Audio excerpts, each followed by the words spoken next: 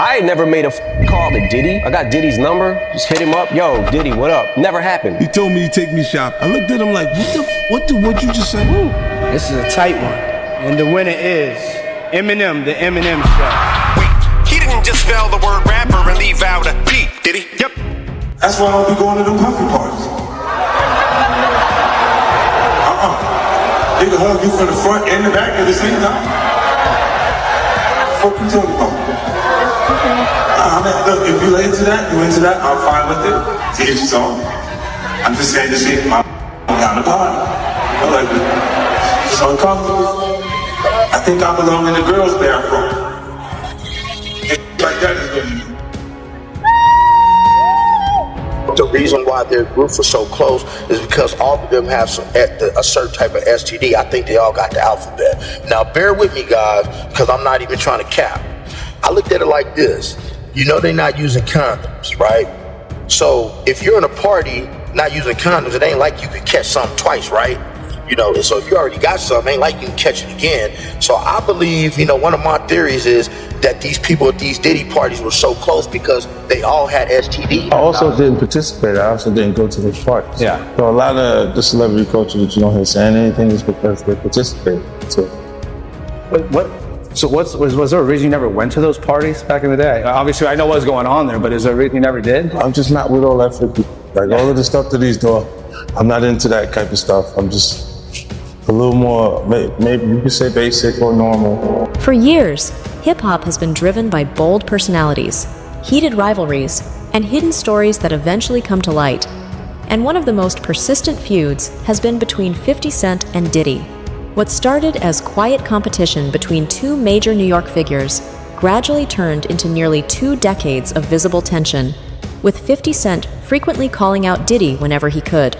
Lately, though, the situation has gone beyond humor and social media jabs, as 50 Cent has claimed he knows details about what allegedly happened at Diddy's private parties, suggesting that several well-known celebrities were involved and sparking strong reactions across the industry.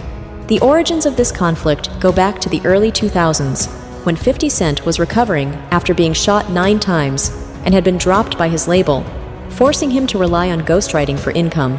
He later revealed that one of his ghostwritten verses was used by Diddy on a track by G.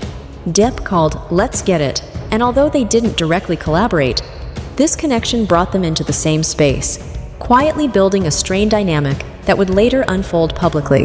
More cred than you, living after being shot 9 times. I don't know what the criteria are for street credibility. Or That's if there's something that creates more merit for you. I looked at that experience as something that was unfortunate that I had to shoot. I forget, why did the guy shoot you 9 times? Was it drugs or something? It was paid to do it. He was paid to do it? Yeah. Who would want to shoot you? Why were you targeted? You're such a good guy. It's my past. It was a drug thing? No, like a business thing? Karma. Karma? Explain to me again why this guy was hired to shoot you 9 times.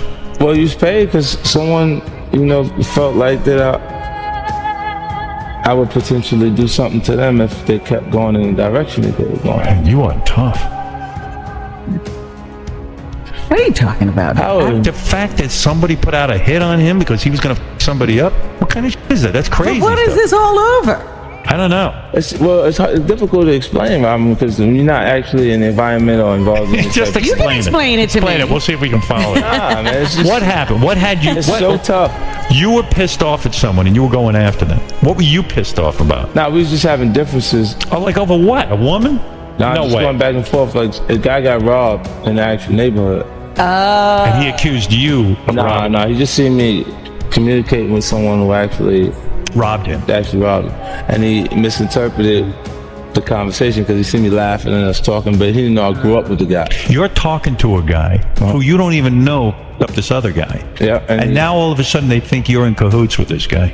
Yeah, because you see you laughing and talking, they figure you laughing and talking about them. Pain-wise, how bad is it to get shot in the face?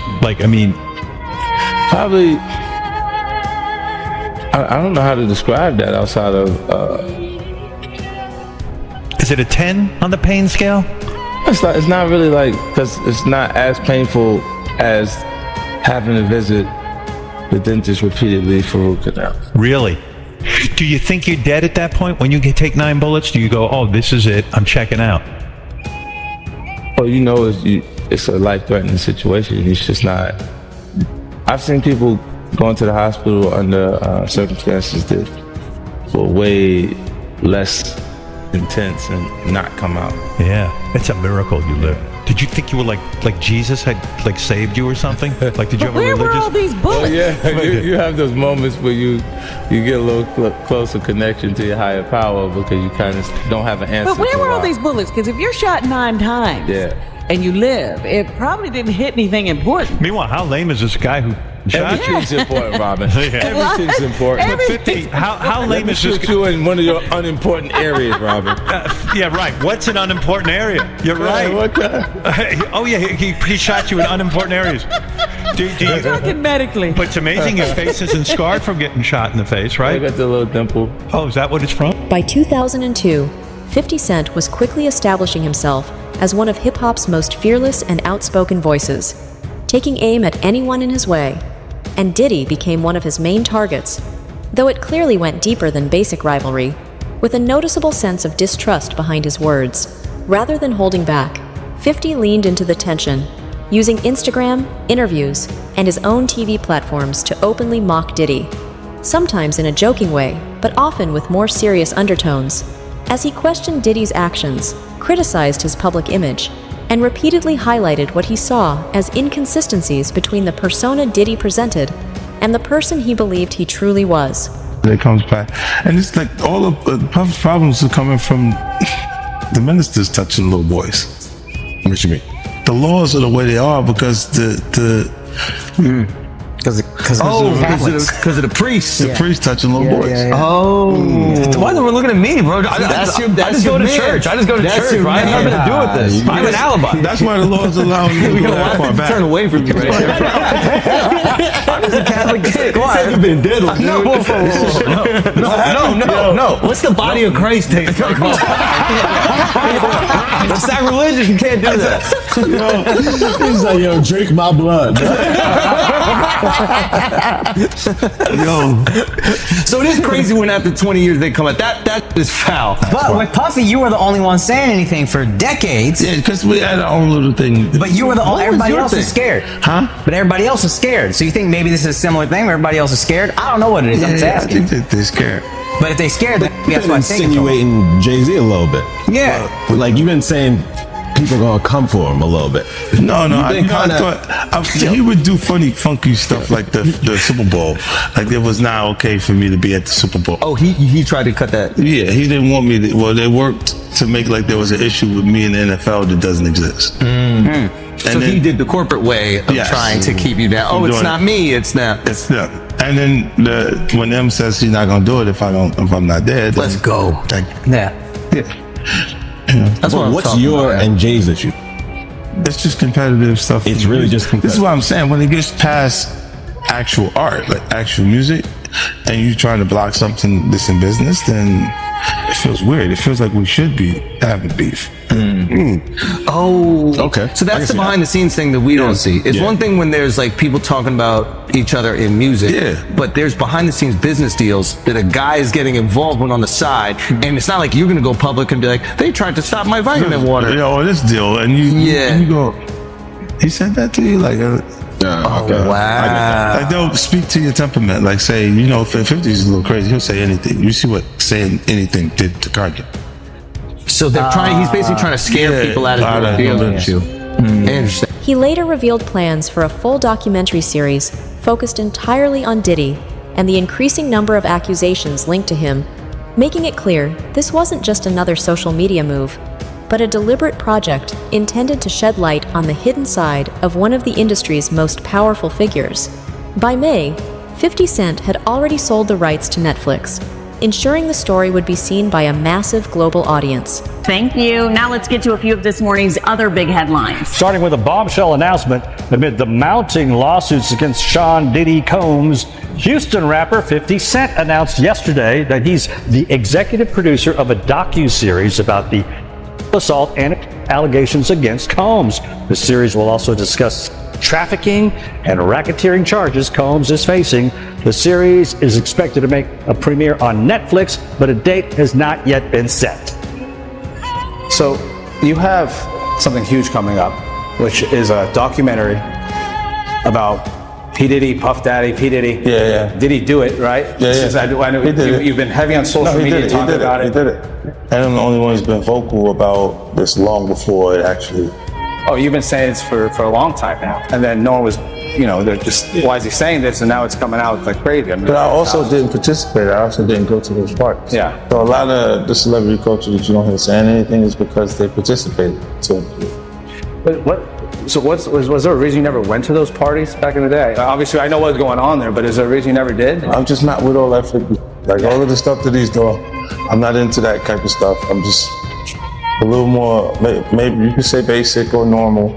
You go to the 90s and Kiki D said they paid him to kill Tupac. Yeah. So look, like, you get the craziest accusations. You had TMZ created a docuseries. They went to Tubi, but the series is saying the downfall of Diddy. You're one of the first persons in entertainment to really call out people and kind of have that authority in that, to be able to call people out. I mean, which is pretty amazing. You're kind of, in some ways, draining the swamp of Hollywood. Yeah, I don't have a support system. I don't have a support system of people, of artists that I require to do what I'm doing. I've had to be on my own from the beginning. So I don't necessarily have a responsibility to behave a certain way, according to them. And look, if I didn't have an award-winning director doing it, if I hadn't put the right people in place to produce it properly, I would understand why they would question or doubt anything. Let me ask you this: do you think she knew what he was doing? I believe she knew he was doing the freak-offs, but do I believe she knew he was allocating different monies to different places and which way it was going, which offshore accounts, which Swiss banks accounts, and all this shit was going in? Nah. I think she just was enjoying the fruits of the labor. But why you believe she knew about the freak-offs? Because one of the witnesses said she was there. And do you remember this, bro? Check it out. People tell off on themselves so much, man, and I don't understand when people don't catch it. Diddy has said this. He said, when I give a party, I have to have an ambulance outside of the house. Paramedics ready. That people have to take IVs. Remember the time that him and his mama kissed each other on the lips? Yeah, I remember that video. Do you remember that both of them was getting an IV at the same time? Yeah, I did notice that, yep. That's from the Diddy freak-off party. And I'm gonna say alleged. So let me ask you this. You knowing her personally, is she the kind of person that, will be a part of a freak-off with her? I think that she liked to party, and she partied with young people. She's always been like that. But to get back to this lawsuit, right? Lil Rod, he also alleges that, Diddy, he would grope his genitals and he would grope his anus. My man, I didn't understand that one right now, because his anus is your asshole. His genitals is his nut. So I guess he had to be naked when Puff was doing that. Where was he at? What was he doing? Because he said that they never had. So if you read it in the thing, they never had. He made claims that they never had. But how would he grope your anus? Your asshole? How would he play with your genitals? Yeah, it don't make sense. I mean, it don't make sense. How you wake up butt the F naked with two other men in the bed with Diddy and nothing happened? I think he was just trying to save face, man. But do you think it's a possibility that he meant that, Diddy will grope his, butt, instead of anus? I mean, because I'm trying to figure out how does that work, somebody groping your anus. You gonna say your butt. The lawyer would say, what do you mean? He would say, my butt cheeks. There's a such thing called butt cheeks. Your two cheeks. He said anus. The anus is the asshole. How did he get that far? Lil Rod, you gotta say no to Diddy something. No, that shit ain't funny, man. But you gotta say no. So from you reading the lawsuit, right, you feel like he had relations with Diddy? When me being a former investigator, I think Lil Rod was trying to save face on certain things, that he had somewhat of a relationship, or he was doing some things with Diddy that he didn't want to really come out in that fashion. Because there's no way that he gonna wake up and his anus is hurting and his genitals is all over the place, and he's in the bed after being drunk or drugged and saying nothing happened. And you think that Diddy gonna be in the bed with 3 other men and nothing happened? It doesn't sound logical. If we're reading and believing what he said in those papers. If you woke up in bed and you was drunk or intoxicated on ecstasy, on whatever drugs that they put in there, roofied you or whatever, and you not feeling right, something is wrong. Wouldn't you say? Something is wrong. He didn't say, we woke up with all my clothes. He said, we woke up butt the F naked. The violation I have experienced during the assault has had lasting effects on my body, causing ongoing health problems and complications. The combination of physical and emotional pain has created a cycle of suffering from which it is so hard to break free. I want to continue on this journey towards recovery and healing. I'm glad that he is locked up, but that's a temporary feeling of relief. For now, the situation remains unsettled, but 50 Cent continues to claim that a list exists and insists it will eventually be revealed. When Diddy's trial came to an end, he was cleared of the most serious allegations, including racketeering and trafficking, but was found guilty of transporting women for prostitution, a result that suggested some of the long-standing rumors about his private life had elements of truth. For 50 Cent, this became a defining moment, as instead of simply mocking Diddy, he used the verdict to support his long-standing narrative, portraying it as proof that the mogul's lifestyle was rooted in manipulation and dishonesty, echoing the claims he had been hinting at for years. His thing was turning straight men gay. That was his thing. Where's Hype? What's his last film project? Belly? Yeah, DMX was a star in that. Facts. Facts. Jab, my question to you is, and again, we're just talking the psychology of a man. What if the entertainment industry is nothing but a cover for a worldwide trend? You mentioned who's on tapes and who got tapes out. Yeah. The purpose of having a recorded freak off. Yeah. What does that do for the male? What does that do for the female? Like, some females are cool with it. What is the thought behind that, as far as let's record this session and either rewatch, keep it for sale? Is it evidence? Is it just like, what is the mentality behind having if you can the own visual memory? Their vulnerability, if you can own that, you have the ability to control and manipulate that person. See, guys start. The aftermath only gave 50 Cent more momentum, as the emergence of courtroom details made it harder to dismiss his statements as empty attacks, with each new development adding weight to his claims in an industry where credibility matters most.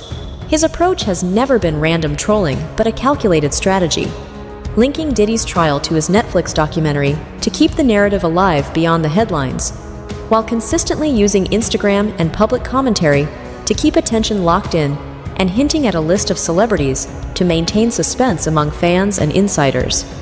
No one knows if or when names will be revealed, but many believe he's bold enough to do it, as his strategy extends beyond targeting one individual to shaping the narrative and pressuring the industry to face long-ignored realities.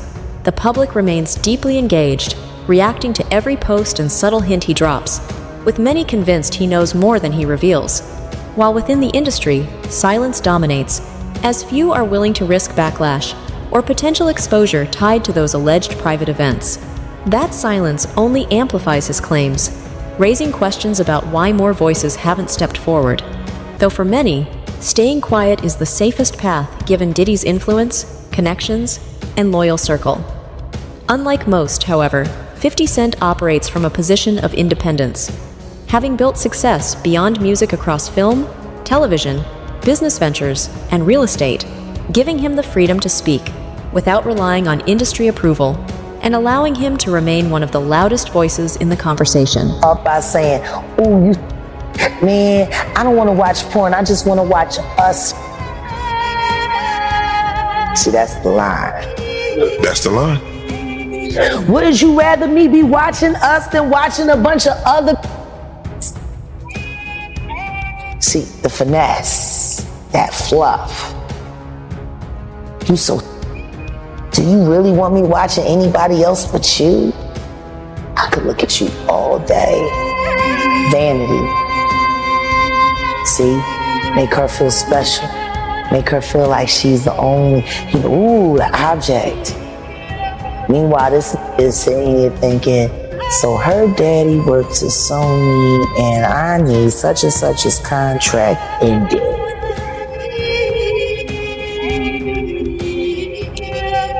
Does it also work this way for men? Absolutely. And it's worse for the men. Women are used to being the victims of, not men. No man walks in thinking that another man is looking at him like a lollipop.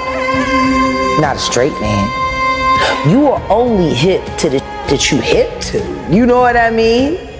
Which is why you hear so many people say they went to Diddy parties and they felt like something was off and decided to leave, or they got invited to another room and they decided to go because they felt like it wasn't right, or whatever the case may be. He was literally walking in there not thinking.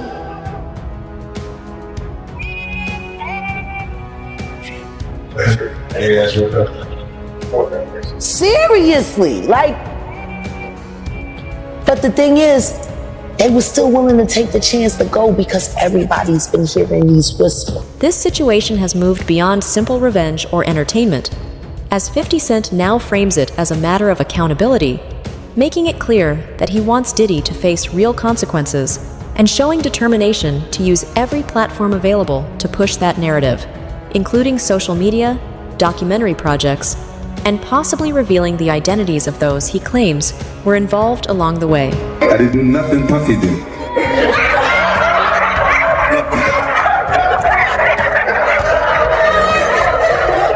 Yeah, no, it was just so excitement. There's so much excitement that there was no reason for me to put something in our drink. Oh my goodness. I need you to remember. I need you to remember this. The foundation. Thank you. Thank you. I told you I jump around. Puff haven't liked each other business-wise for a long time. Well, that's why it's only business. It was really, away from that, I explained why I didn't hang out with him, right? Because it's not your scene. It's not my style. Not your scene. They hug you from the front and back at the same time. I got uncomfortable with him because the way he was acting to try and get me to hang out with him was like, "Yo, I take you shopping," and I'm like, "What you mean?" Like, that's something you say to a woman you're attracted to, maybe. Right. It's just weird, bro. And now you start to see a lot of the weird stuff that was there. It looks like it all lines up, don't it? It was not in the closet. It was in front of you, and you wasn't seeing it because you see the beards, or you see the girls. So you didn't look at them the way it actually is to a degree. And when I say people respond, how people respond to things matter, like the internet will take to it and just go off with it. Meek responds being the uncomfortability. He goes, yo, nah, I'm gonna spend $100,000 to find out why my name is in this like this. And it's in it only because he's uncomfortable. You don't hear him talking about French? French was right there. Right? Why you get so quiet? You guys make me feel like I'm so scared. Well, no, I mean, there's a lot. There's a lot. No, they see this. You see this. They see this. They see it. Nah, you see this. They want to act like, oh, we got nothing to do with that. If we could just... No, that ain't it. The feud between 50 Cent and Diddy has lasted nearly 2 decades, but it has now evolved beyond jokes and personal attacks, with 50 Cent claiming he has knowledge of celebrities impacted after attending Diddy's alleged private parties and showing clear intent to bring that information to light. With a documentary series connected to Netflix on the way, the situation has shifted from a personal rivalry to a public matter, raising the stakes to an entirely new level.